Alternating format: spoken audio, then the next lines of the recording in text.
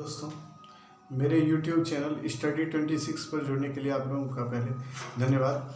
और हमने जो पिछले लेक्चर में बात किया था कि पाषाण काल के बारे में, जो हम एंशिएंट इंडिया पढ़ रहे हैं उसमें, और इस लेक्चर में हम बात करेंगे कि हड़प्पा सभ्यता के बारे में, जो उसके बाद का काल होता है हड़प्पा सभ्यता। और इसको भी हम लोग 3 भाग में बांट के पढ़ेंगे। पहले हड़प्पा सभ्यता के बारे में हम लोग जान लेंगे, सामान्य जानकारी हम लोगों के पास होगी इस वीडियो के माध्यम से। उसके बाद हम लोग उसमें बात करेंगे कि हड़प्पा से पहले जो कैसे सभ्यताओं का विकास हुआ, जैसे नियोलिथिक पीरियड हम लोग पढ़े, उसके बाद क्या क्या भारत में किस प्रकार के परिवर्तन हुए उसके बारे में हम लोग जानेंगे। फिर हड़प्पा सभ्यता और फिर हड़प्पा के बाद के काल को जान लेंगे। तो तीनों को मिलाकर इसे ही ताम्रपाषाण काल कहा जाता है। यानी तांबे का प्रयोग अब भारत मानव के द्वारा किया जाने लगा भारतीय क्षेत्रों में। अब देखिएगा कि यहाँ पे पहले पाषाण का ही प्रयोग हुआ, पत्थर का, और अब तांबे का प्रयोग हुआ। और हड़प्पा सभ्यता में हम लोग देखेंगे कि कांसे का प्रयोग होने लगेगा। और इससे पहले जो है पीरियड, जो प्राक हड़प्पा सभ्यता के नाम से जाना जाता है या पूर्व हड़प्पा सभ्यता, तो उसमें हम लोग देखेंगे कि कैसे प्रयोग होने लगा, कि वहाँ पे तांबे का यूज होना शुरू हुआ। और उसके बाद में हम लोग देखते हैं कि कांसे का प्रयोग होने लगा, और फिर आगे परिवर्तन होते नजर आएंगे आपको। तो चलिए हम लोग पहले बात कर लेते हैं, एक सामान्य जो हड़प्पा सभ्यता से संबंधित कुछ बातें हैं उस पर हम लोग चर्चा करते हैं, और फिर उसके बारे में हम लोग कुछ अगर फैक्ट है तो उसको लिखते चलेंगे। तो चलिए, सबसे पहले आज का नया टॉपिक जो है वो सिंधु घाटी सभ्यता।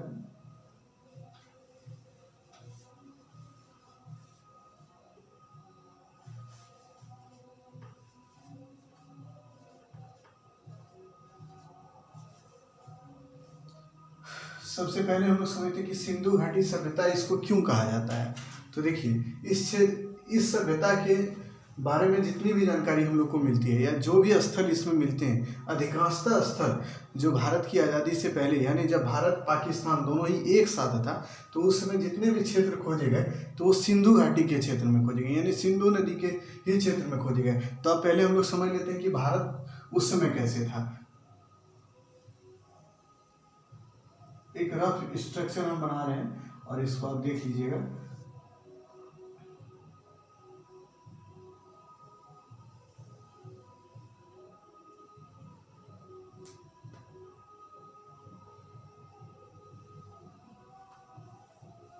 यहाँ तक हम लोग बनाते हैं। तो देखिए, पहले भारत जो था वो पाकिस्तान का एरिया भी आप देखे होंगे, पाकिस्तान भी भारत में ही था, लगभग इस तरह का पाकिस्तान था और ये इंडिया था, और ये दोनों ही भारत के ही अंग थे। और सिंधु घाटी, सिंधु नदी जो है आप देखते हैं कि यहाँ चाइना से, इसको भी हम ज्योग्राफी में पढ़ाएंगे, तो इस प्रकार वो निकलती है और यहाँ से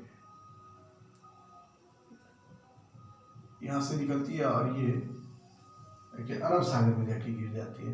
तो इसी क्षेत्र में अधिकांशतः जमाव या जो अधिक क्षेत्र जो पाए गए, यानी सिंधु घाटी ही क्षेत्र में अधिक स्थल जो पाए गए थे, इसी कारण से इसको सिंधु घाटी सभ्यता कहा गया। इसी को हड़प्पा सभ्यता भी बोला जाता है। तो हड़प्पा सभ्यता इसलिए बोला जाता है कि इतिहास में एक प्रथा है या जो चली आ रही है, उसमें एक कहा जाता है कि जिस स्थल का खोज सबसे पहले होता है उसी के नाम पर उस सभ्यता का नाम रख दिया है। तो हड़प्पा सभ्यता इसलिए रखा गया कि हड़प्पा जो एक नगर है जो पाकिस्तान के पंजाब में पड़ता है, मोंटगोमरी जिला में, तो उसका जो खोज हुआ रावी नदी के किनारे हुआ है। तो उसके खोज के बाद वह सबसे पहला स्थल था जिसका खोज हुआ।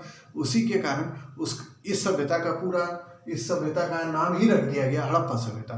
तो चलिए, अब इसमें हम लोग देख लेते हैं एक और चीज़ कि हड़प्पा सभ्यता का नाम हमने बताया कि हड़प्पा सभ्यता को सिंधु घाटी सभ्यता, हड़प्पा सभ्यता, और एक और नाम से जाना जाता है उसको है सिंधु सरस्वती घाटी सभ्यता। तो भारत की आज़ादी के पश्चात सरस्वती नदी के किनारे बहुत से स्थल खोजे गए, तो जिसके कारण इन स्थलों के खोज के ही कारण इस सभ्यता को सरस्वती घाटी सभ्यता भी बोला गया। तो इन तीनों ही चीज़ ये नाम से संबंधित है कि इसके नाम क्या क्या हो सकते हैं। तो ये तीनों ही नाम है। सबसे पहले सिंधु घाटी सभ्यता, इसी को आप लिखें हड़प्पा सभ्यता, और इसी को बोला जाता है, तो इसे पूरा ही लिखें, और इसी को बोला जाता है सिंधु सरस्वती घाटी सभ्यता।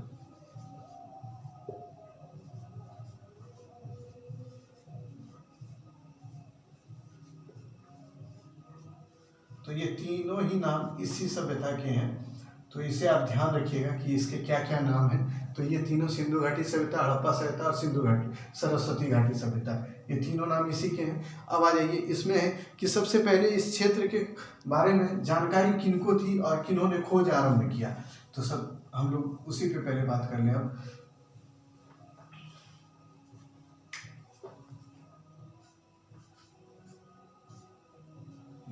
तो आइए, सबसे पहले 1826 में इस क्षेत्र के बारे में चार्ल्स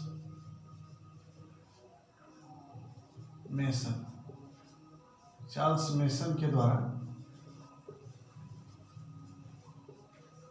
पता लगाया गया है। मतलब कि चार्ल्स मेसन जो है उनके द्वारा इस क्षेत्र का खोज किया गया सबसे पहले 1826 ईस्वी में। तो कहाँ पे, तो पंजाब जो पड़ता है, पंजाब में साहिवाल जिला, तो पंजाब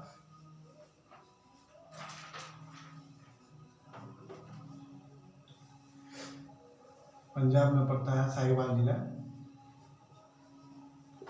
वहां पे इनके द्वारा खोज किया गया और इन्हीं को बुलाया जाता, चार्ल्स मेसन को ही बुलाया जाता कि इस सभ्यता के उद्भव को खोजने वाले यही हैं, सबसे पहले इसके बारे में जानकारी देने वाले यही हैं। उसके बाद लिखिएगा 1850 और 1850 के दशक में अलेक्जेंडर कनिंघम,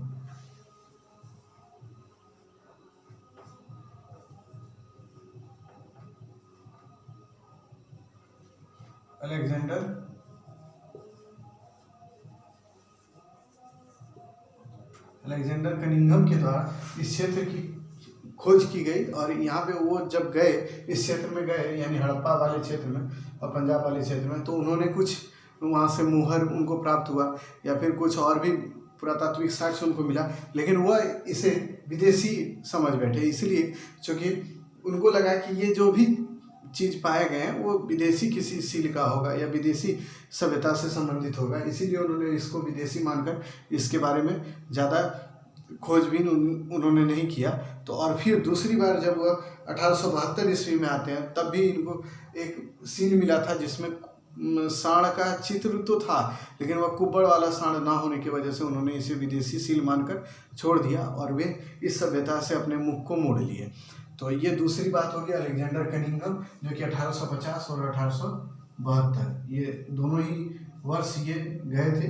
1850 के दशक में और 1872 में ये यहाँ पे गए और इस क्षेत्र के बारे में इनको पता चला, लेकिन ये इसके महत्व के बारे में नहीं समझ पाए। आपसे सवाल ये पूछा जाता है, कौन ऐसे इतिहासकार या कौन ऐसे व्यक्ति थे जो कि हड़प्पा सभ्यता के बारे में, हड़प्पा के महत्व को नहीं समझ पाए, तो वो कनिंघम ही थे, इसके महत्व को नहीं समझ पाए। और फिर बाद में आप देखिएगा 1921 और चलिए अब तीसरा जो मेन नाम याद आपको रखना है दयाराम साहिनी का, जो कि जॉन मार्शल के निर्देशन में उनके द्वारा उत्खनन किया गया हड़प्पा जो नगर है, सबसे पहला जो क्षेत्र हड़प्पा सिंधु घाटी सभ्यता में खोजा गया हड़प्पा, उसका खोज 1920-21 में दयाराम साहिनी के द्वारा खोजा गया और इस समय उसका निर्देशन जो कर रहे थे तो वो थे जॉन मार्शल। तो ये आप याद रखिएगा 1920 ईस्वी में या 21, इसको 20 से 21 तक चला था दयाराम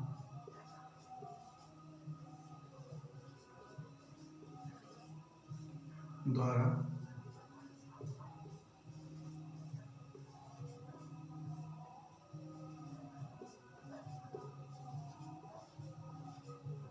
उत्खनन किया गया।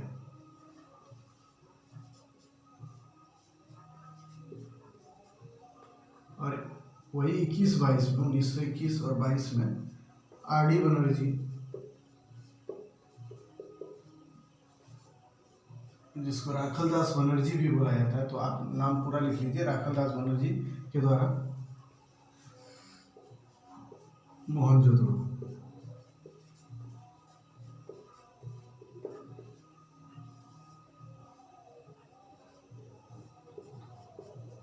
का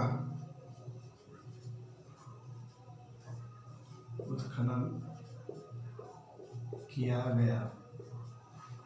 तो आप दोनों ही चीज को याद रखिएगा। सबसे पहले 1920-21 में दयाराम साहिनी के द्वारा हड़प्पा का उत्खनन किया गया और 1920-21-22 में आर.डी. बनर्जी, राखलदास बनर्जी के द्वारा मोहनजोदड़ो, ये जो है सिंधु नदी के तट पे है और ये रावी नदी के तट पे।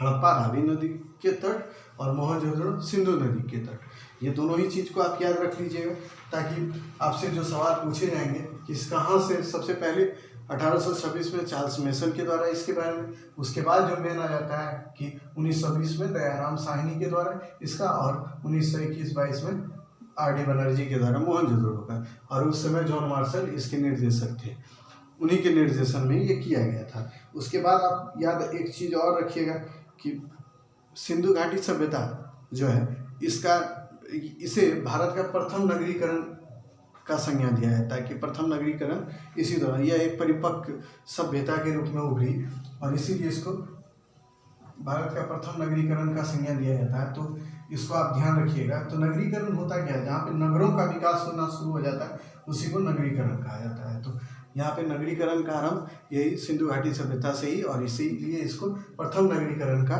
संज्ञा दिया जाता है। तो इसे भी आप याद रखिएगा। इसे कांस्य युगीन सभ्यता भी बोला जाता है, चूंकि कांस्य युगीन सभ्यता इसलिए बोला जाता है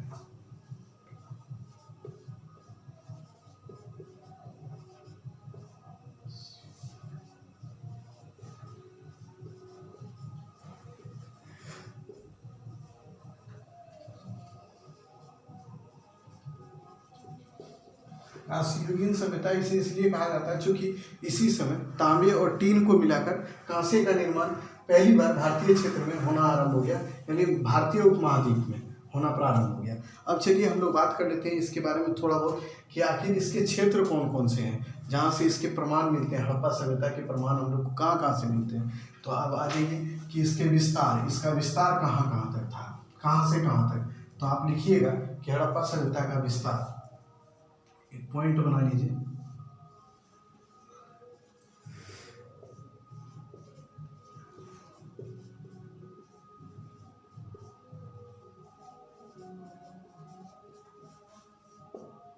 तो देखिए पूरब में सबसे पहले चिनाब नदी के किनारे इसका है पहला मांडा,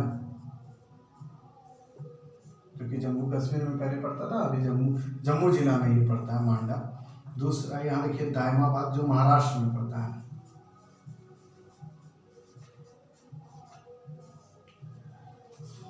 और यहाँ पे एक मानिएगा बलूचिस्तान पाकिस्तान के क्षेत्र में,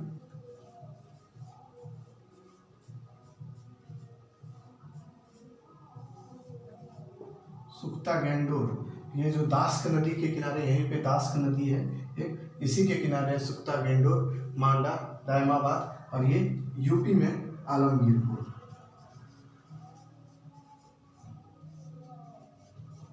ये यूपी में, तो इसको आप महाराष्ट्र लिख लें, महाराष्ट्र अंडा जम्मू जिला में है ये। और उसके बाद सुख्ता गैंडोर बलूचिस्तान पाकिस्तान में।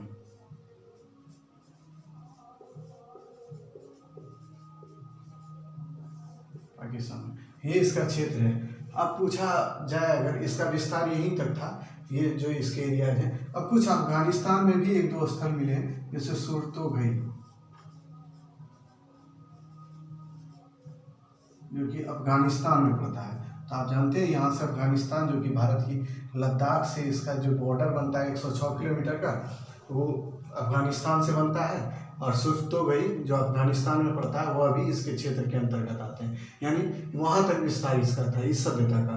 तो सबसे पहले मांडा उत्तर में, दक्षिण में हो गया दायमाबाद, और आलमगीरपुर ये हो गया पूरब में, और पश्चिम में हो गया सुख्ता गैंडोर, ये जो है बलूचिस्तान पाकिस्तान में पड़ता है। तो इसको आप याद रखिएगा, क्योंकि ये आपके दिमाग में रहना चाहिए कि इसका विस्तार कैसे था। तो अगर आपसे पूछा जाए कि इसके आकार, इस सभ्यता का आकार कैसा था, तो यह त्रिभुजाकार था। इसका विस्तार हम लिख दें उत्तर में मांडा, दक्षिण में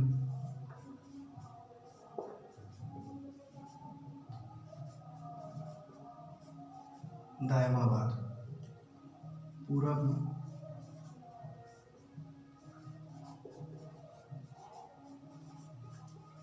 आलमगीरपुर, पश्चिम में आपको सुख्ता गैंडोर रखना है,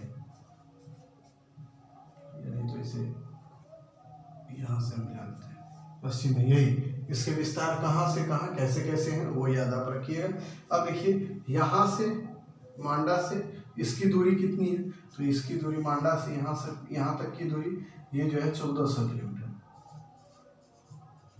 और यहाँ से सूतागंडोर से आलमगीरपुर की दूरी है 1600 किलोमीटर। और इसका अब आकार आपसे पूछे कि आखिर इसका आकार कैसा था, तो ये त्रिभुजाकार था, त्रिभुज के आकार का था, तो इसीलिए इसका आकार त्रिभुजाकार था।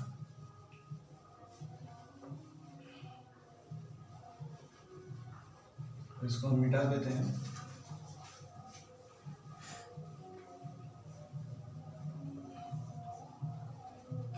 तो आकार आप लिखें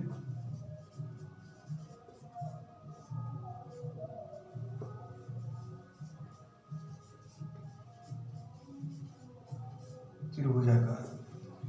अब इससे पूछे कि क्षेत्रफल इसका पूरा कितना था,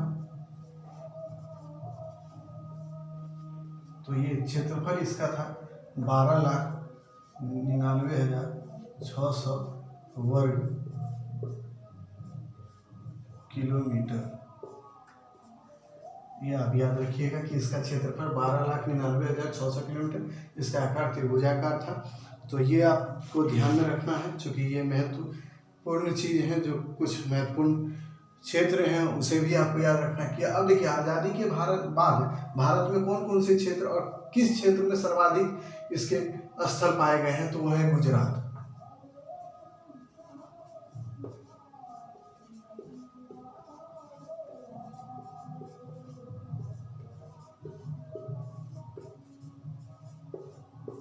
भारत में गुजरात में इसके सर्वाधिक स्थल पाए गए हैं।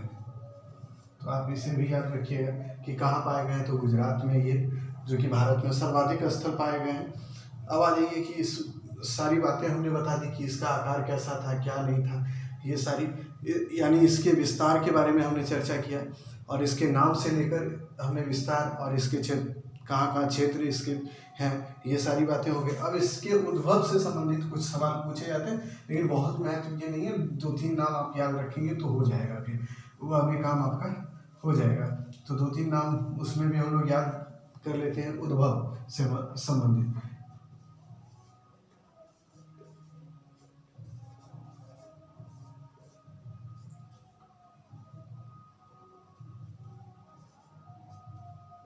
उद्भव, इसके उद्भव, आखिर इसके संबंध में क्या क्या इतिहासकारों के विचार हैं कि आखिर सिंधु घाटी सभ्यता के लोगों या सिंधु घाटी सभ्यता के लोग कहाँ के थे, इससे संबंधित। तो देखिए कुछ इतिहासकार का मानना है कि सुमेरियन सभ्यता के लोग ही सिंधु घाटी सभ्यता के विकास करने वाले रहे होंगे, यानी वही लोग वहाँ से उठ के इधर आए होंगे और उन्होंने ही यहाँ पे एक नई सभ्यता का विकास किया, जिसे सिंधु घाटी सभ्यता के नाम से जाना जाता है। तो इसमें कुछ नाम है जिनको आप याद रखिएगा कि कौन थे वे जिन्होंने माना है कि सिंधु घाटी सभ्यता का विकास सुमेरियन सभ्यता से हुआ है। तो उसके बारे में आपको हम बता दें 2-3, गार्डन चाइल्ड हैं, मार्टिमन व्हीलर हैं, मैके हैं, ये सभी लोग बोलते हैं कि सुमेरियन सभ्यता के लोग ही होंगे जिन्होंने सिंधु घाटी सभ्यता का उद्भव या विकास किया होगा, या उन्हीं के द्वारा इस सभ्यता को यहाँ पे मतलब विकसित किया गया होगा। दूसरा है, कुछ इतिहासकार ऐसे भी हैं जिनका मानना है कि नहीं, सुमेरियन लोग नहीं, यानी भारतीय लोग ही, यानी नियोलिथिक पीरियड, हमने जब आपको पढ़ाया कि नियोलिथिक पीरियड जब था, तो नियोलिथिक के बाद का जो दौर था, उसके बाद का दौर जब होता है, जिसे हम लोग बोलते हैं कि वहाँ पे पूर्व हड़प्पाकालीन सभ्यता जब वहाँ विकसित हुआ होगा,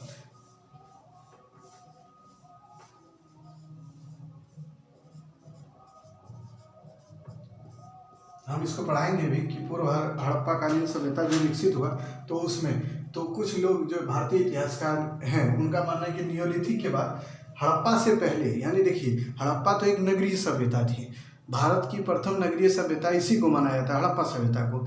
यहाँ पे नगरों की तरह एकदम जाल बिछा हुआ था, लेकिन उससे भी पहले देखिए, किसी भी नगर को बसने से पहले वहाँ पे गांव ही रहता है, तो पहले गांव रहा होगा, ये भारतीय इतिहासकार लोग मानते हैं। तो उनका मानना है कि यहाँ पे गांव रहा होगा और इसी से धीरे धीरे जाके नगर के रूप में इसने लिया और यही नगरीय सभ्यता के रूप में उभर के सामने आया। तो इसमें भी एक दो नाम है, जैसे अमलानंद घोष, उनका मानना है कि सोथी संस्कृति जो कि राजस्थान में फली फूली थी, उसी से हड़प्पा सभ्यता का विकास हुआ होगा। और उनका मानना है कि और भी अन्य जो क्षेत्रीय संस्कृति का विकास उस समय हुआ, उसी से हड़प्पा सभ्यता का विकास हुआ होगा।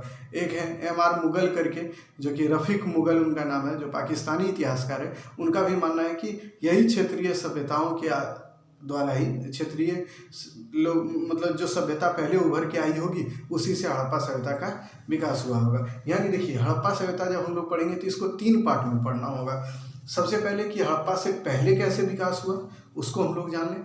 दूसरा, हड़प्पा से पहले के कुछ क्षेत्र हैं जिसका विकास हम लोग समझेंगे, जैसे कि सोथी संस्कृति है, फिर पंजाब में कुछ संस्कृति उभर के आई है, कालीबंगा, ये सब कोट दीजिए हम लोग को जानना होगा। फिर उसके बाद हम लोग आमरी जानेंगे, फिर मेहरगढ़ के बारे में थोड़ा जानेंगे।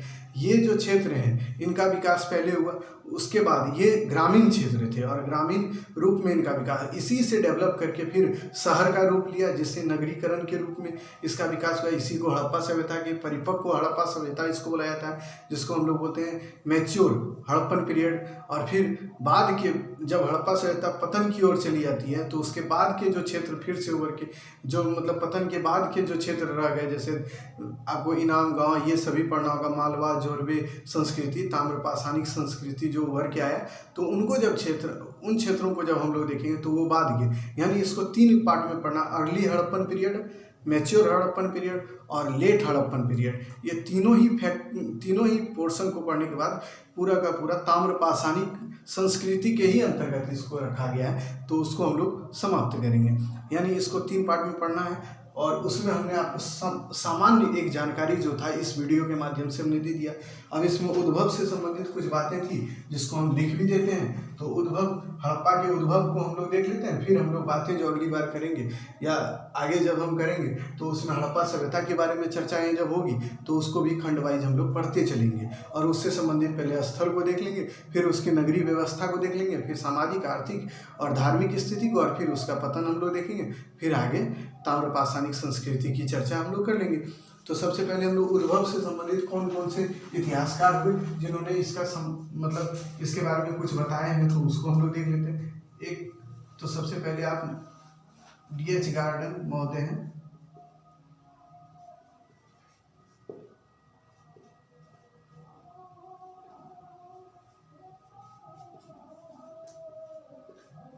मेके,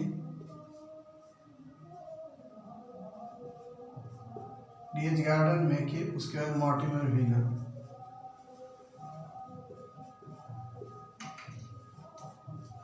ये 3 जो इतिहासकार हैं मेनली, इन्हीं तीनों ने बताया कि सुमेरियन सभ्यता के लोग वहाँ से आए होंगे और उन्होंने ही इस सभ्यता का विकास किया है। तो सुमेरियन लोग,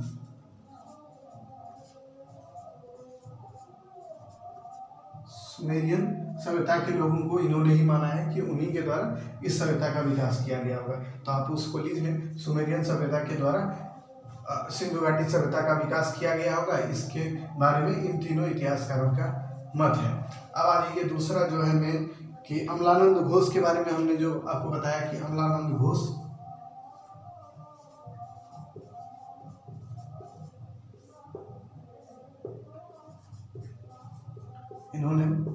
इनका मेन जो है वो सोथी संस्कृति है, सोठी भी बोला जाता है और सोथी भी।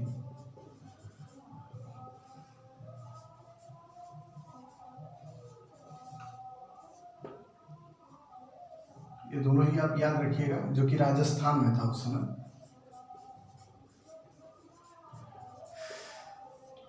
इन्हीं के द्वारा अमलानंद घोष का मानना है कि यही जो क्षेत्रीय संस्कृति था, इसी के द्वारा हड़प्पा सभ्यता का विकास हुआ होगा। यानी यहीं के लोगों के द्वारा हड़प्पा सभ्यता या सिंधु घाटी सभ्यता का विकास किया गया होगा।